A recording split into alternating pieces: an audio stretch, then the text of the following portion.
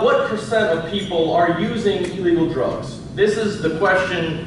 Have you used, the response to the question, have you used illegal drugs within the last month? These are, so current usage. 70804, 70810, here are all the different zip codes. It is pretty stable across the board. Not large varieties in drug usage. 70820 is the only exception to that. Any guesses on why? Where is it? LSU, okay, which doesn't mean that there are a bunch of druggies at LSU. It means there are a lot of young people who live in that zip code. And young people do more drugs. Age is the largest distinguisher between drugs, much more than race or economics. Now, here are the rates of drug possession enforcement by Baton Rouge Police Department. We looked at all the arrests and enforcement actions from 2011 until January 12, 2017.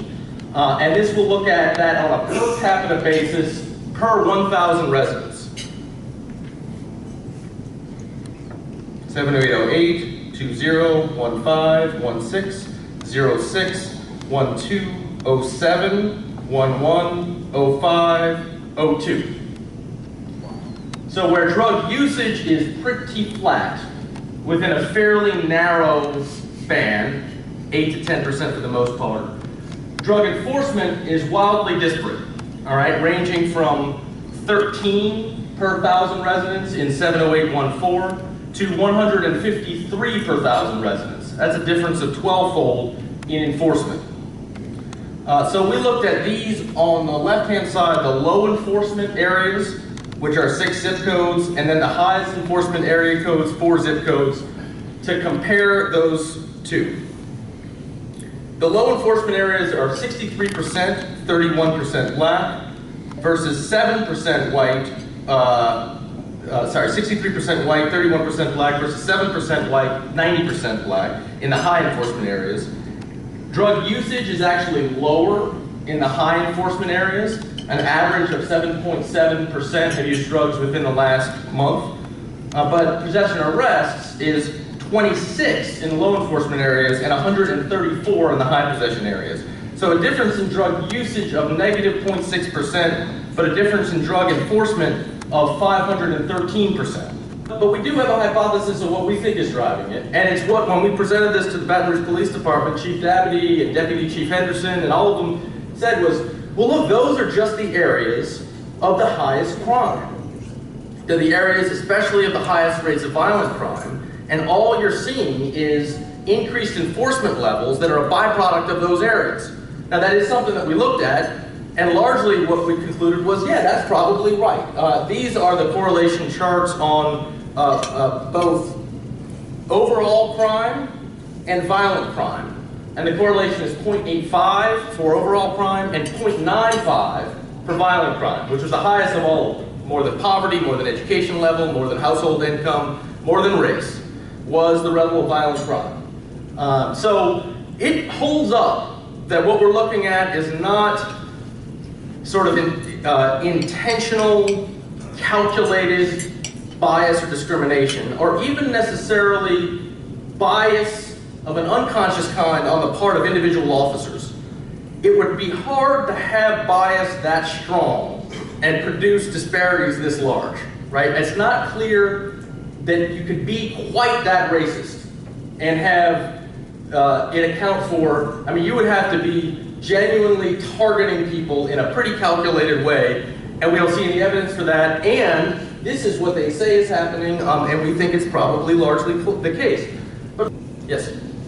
Okay, I feel like this conversation is a little double-sided, because I'm looking at, you're getting those usage rates from a federal group that says, okay, here's who's using the drugs.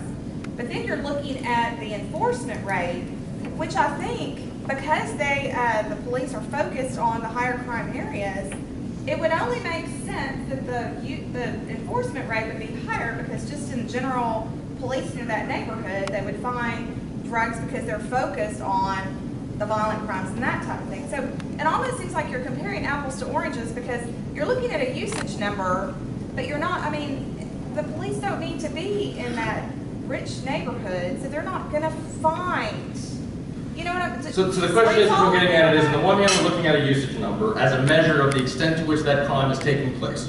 Yeah, I mean, it just makes And sense. second, the enforcement is likely driven by a heavier police presence because of larger levels of overall crime. Yes. And your words were, it's only natural that you'll find heavier enforcement of drug possession laws, okay? Well, they can follow drugs because that's where Right. the police are. So what I would respond is, it is not natural that that's the case. It is the mechanism, largely, and it does explain how, without any intent to focus on low-income and African-American communities, you can have the result, but it is profoundly a discriminatory result. If you have one community that is committing some crime, mostly a misdemeanor crime, at the same level as another, and regardless of the mechanism, the enforcement and arrest level is 5 to 10 times higher in one community than it is in another, then that is not natural. Just like there are people who, when across the country the decision was made to put interstate highways straight through cities, I don't know if anybody was out there saying, let's target African American areas. They tended to be cheaper areas where the taking of property was less onerous, right? And there were those who said, well, that's natural to focus on areas that have cheaper property, that have more abandoned property, right? One may add, that have less political clout. But just because that's the mechanism, and the mechanism isn't intentionally discriminatory, and I may be saying too much to suggest that it wasn't, okay, because in some cases it probably was, it is still a discriminatory effect, and not something that is caused by nature. It is caused by policy and political decisions that are having that discriminatory effect. Okay, but if the police are working shots fired calls in an area and they're enforcing that, and they're searching people, and they find more drugs in that area, I just don't see it as a fair argument. The response we've got from cops we've talked to, a lot of them, okay, is, you think we want to be arresting Johnny for a marijuana joint? I mean, really, do you think that's where we want to be spending our time? If we think that there's, so it's not about blaming the officers or implying that it's really about saying, well, if we're focused and really want to solve the higher, the more serious crime, then can we free up space and time and manpower and womanpower by not focusing on things that are misdemeanor crimes and that largely are around recreational activity, right? I mean, you know, love it, hate it. There are people who think marijuana is just a horrible, horrible thing and the gateway to all evil. And there are communities now that have entirely decriminalized it. I think we're not making a judgment on that, but we are saying that there are negative consequences to this disproportionate enforcement, including the lack of an ability to focus on these heavier crimes when you're stuck enforcing more petty drug possession offenses.